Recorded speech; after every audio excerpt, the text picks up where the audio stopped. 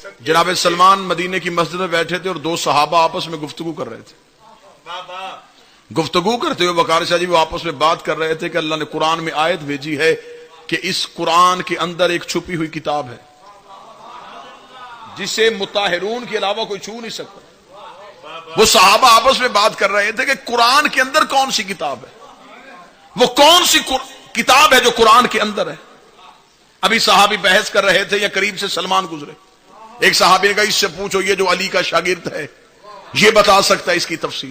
دوسرے صحابی نے کہا سلمان ذرا قریب آئیے, قرآن کی آیت ہے کہ اس قرآن کے اندر ایک چھپی ہوئی کتاب ہے, وہ قرآن کے اندر چھپی ہوئی کتاب کون سی ہے. اتنا جملہ کہنا تھا, سلمان مسکرا کہتا تفسیر بتاؤں یا دکھاؤں,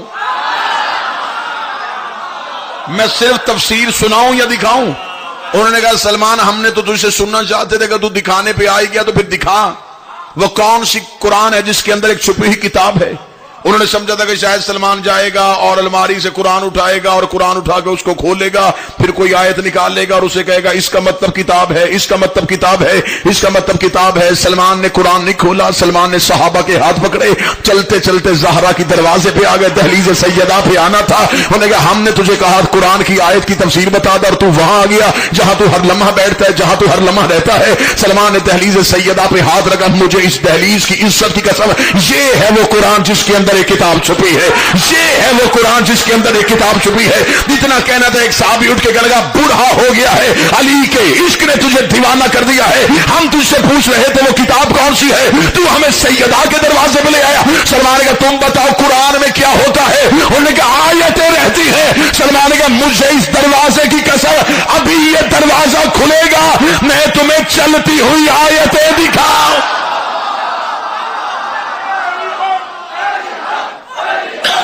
ایک ہی آگ تھا کیونکہ یہ دونوں انوار چلے ہی عرش سے تھے. نکاح بھی عرش پہ ہوا, ولایت کا اعلان بھی عرش پہ ہوا. جن روحوں نے اقرار کیا تھا وہ پہلے دن چن لی گئی تھی. اب بحث کرنے کا کوئی فائدہ نہیں, اب سر کھپانے کا کوئی فائدہ نہیں. ایویں وقت نہ ضائع کیا کرو کہ اس بندے سے بھی علی ولی اللہ منوا لیں, اس سے بھی منوا لیں. جنہوں نے ماننا تھا وہ مان چکے ہیں. یہاں صرف قائم رہنے کا حکم ہے.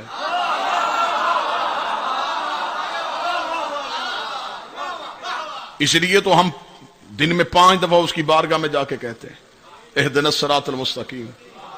ہمیں علی کی ولایت میں قائم رکھنا. زمانہ تبدیل ہو گیا ہے, مشکلیں زیادہ آ گئی ہیں. علی کی ولایت پہ قائم رہنے کا حکم ہے. یہ نہیں ہے کہ آپ نئے سرے سے کسی کو منوائیں گے.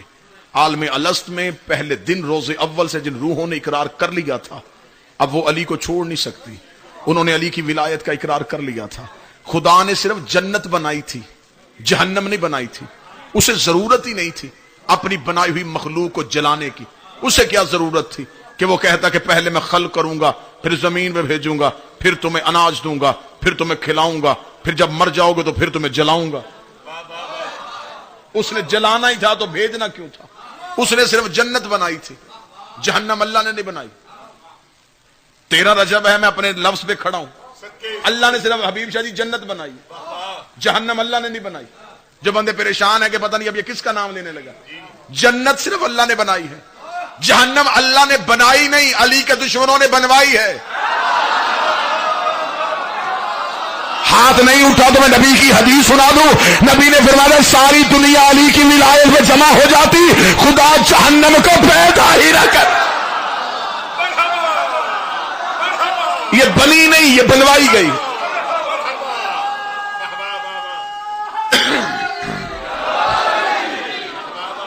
یہ بنی نہیں ہے, یہ بنوائی گئی.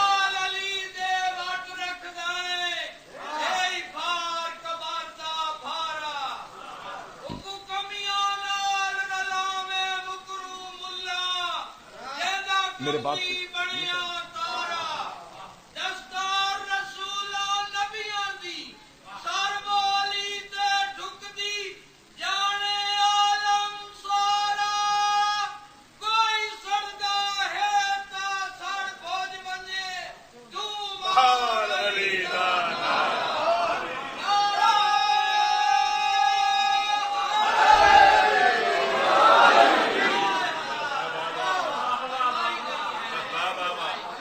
اب اللہ نے بھی جلنے والوں کے لیے عذاب ہی تبدیل کر دیے، اب اس نے بھی کرونا بھیج دیا ہے۔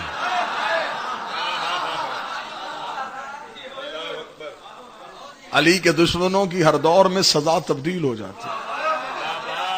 پہلے پتھر آتا تھا، وائرس آتا ہے۔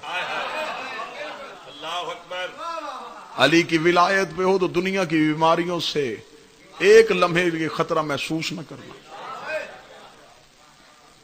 علی کی ولایت پہ رہنا۔ جہنم علی کے دشمنوں نے بنوا لی ہے اللہ سے۔ بس آخری لفظ کہوں گا، اس دنیا میں علی کی ولایت پہ قائم رہنے کا حکم ہے۔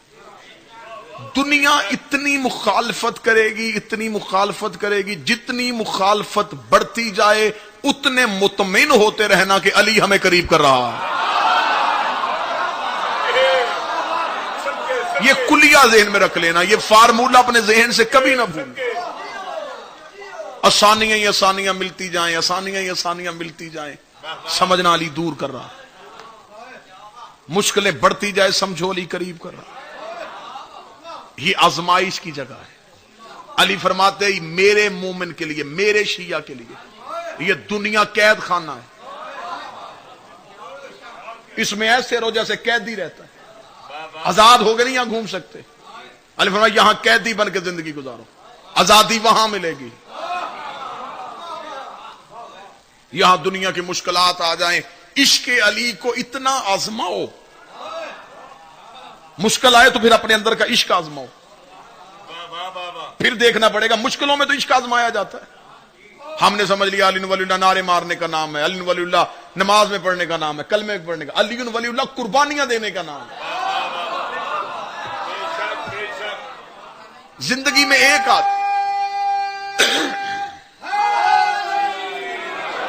زندگی میں ایک آدھ قربانی دینے کے لیے تو بالکل تیار ہو نا، کہ کچھ نہ کچھ تو یہاں علی کے لیے دے کے جائیں تاکہ وہاں علی کو منہ دکھا سکے۔ اللہ بابا نزاکت شاہ جی کے درجات بلند فرمائے، ان کے بلند کے درجات کے لیے میں اگلا عشق کا جملہ سنا کے پھر آپ سے اجازت لینے لگا ہوں۔ برادر ذی وقار تشریف فرمائے، وہ آپ کو جی بھر کے ذکر سنائیں گے اور فضائل کی معراج کروائیں گے۔ نام سنا ہے آپ نے میثم تمار کا؟ یہ ظالم کے قید خانے میں اور ظالم سے سزا لینے نہیں آیا تھا، اپنا عشق آزمانے آیا تھا۔ ورنہ با خدا میثم کے پاس وہ اسم الہی تھا۔ میثم چاہتا دربار میں کھڑا ہو کے اس اسم کی تلاوت کرتا، اڑ جاتا۔ میثم کے پاس ایسے ایسے راز تھے، میثم نظر ہی نہ آتا۔ میثم تمار کے پاس اتنی طاقت تھی کہ وہ آنکھ کے اشارے سے اپنے ہاتھ کی ہتھکڑیوں کو توڑ سکتا تھا۔ جب اسے اس کی اتنی طاقت تھی تو پھر وہ دشمن کے دربار میں کیوں کھڑا؟ وہ اپنا عشق آزمانے کے لیے آیا تھا، اس کی خواہش تھی کہ یہ سزا سخت کرے۔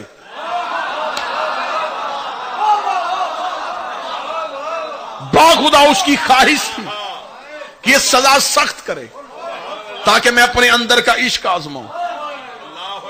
کھڑا ہے یوں میثم آنکھوں میں آنکھیں ڈال کے، اس کا علی چھوڑ، فرمایا بکواس بند کر،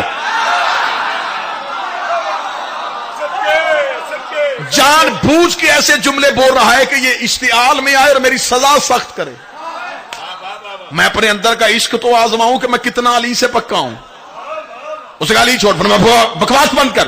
یہ جملے ہیں کتابوں میں، زبان بند کر اپنی۔ اسے سپاہیوں سے کہا شکنجا چڑھاؤ اسے۔ میثم کے بدن پہ شکنجا چڑھ گیا۔ کیا کرنے لگا ہے؟ کیا لگا؟ تیرا بدن کاٹنے لگا۔ میثم نے کہا الحمدللہ۔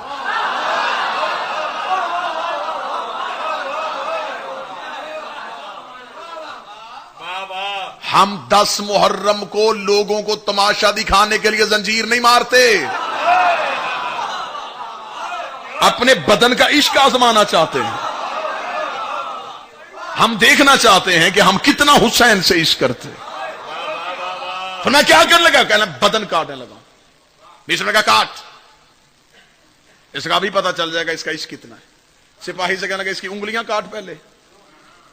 سپاہی نے میثم کی انگلیاں کاٹی، انگلیاں یوں گری، میثم نے دوسرے ہاتھ سے انگلیاں اٹھائیں۔ خون سے بری ہوئی انگلیوں کو دیکھا، چوما، آنکھوں سے لگایا، میسم کی آنکھ سے آنسو آ گئے، کہنے لگا گیا عشق، اتنا ہی عشق تھا، کہہ رہا تھا بدن کٹواؤں گا، صرف انگلیاں کٹی ہیں اور رو رہا ہے، صرف انگلیاں کٹی اور گیا عشق۔ میں عشق علی بتانے لگا ہوں، کہاں جا کے تمہیں عشق علی آزمانا ہے؟ بس انگلیاں کٹی اور پریشان ہو گیا۔